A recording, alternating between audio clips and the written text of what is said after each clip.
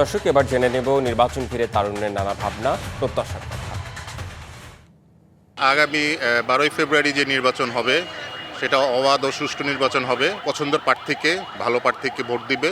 আমরা ওইরকম সরকারই চাই যে উনি ওনার নিজের জীবন মায়া বাদ দিয়ে দেশের মায়া কাজ করবে, দেশের জন্য কাজ করবে। আমরা ওইরকম সরকার চাই। ভালো যোগ্যতা, যে সে সৎভাবে চলতে পারে, সৎভাবে আমরা ভোট দিতে পারি। এমন একটা নির্বাচন আসুক যে নির্বাচন হবে নিরপেক্ষ নির্বাচন। প্রশাসন নির্বাচন না থাকলে নির্বাচন কিন্তু আসলে নিরপেক্ষ হবে না।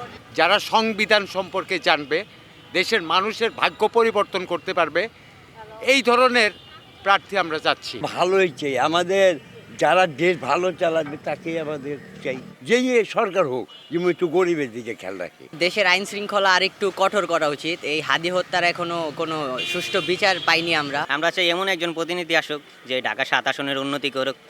এই 7 আসনে একটু বেশি চাঁদাবাজি হয়, চাঁদাবাজি বন্ধ করুক। ভালো যোগ্যতা থাকা চাই, ভালো যেহেতু দেশ চালায় ওই লোক চাই। এই যে হঠাৎ এখন সিন্ডিকেট করে গ্যাস বাড়ায় আলাইছে, গ্যাসের দরকার, কারেন্টের দরকার, পানির দরকার। আমরা এরকমের প্রার্থী চাই যারা মানে কোনো রকম দুর্নীতির সাথে জড়িত থাকবে না। প্রত্যেকটা প্রার্থী যেন আলাদা একটা ইনকাম সোর্স থাকে, সে যেন ওই রাজনীতিটাকে যেন ব্যবসার মাধ্যমে পরিণত না করে। আমাদের এই সাইডে গ্যাসের সমস্যাটা প্রচুর আকার ধারণ করছে।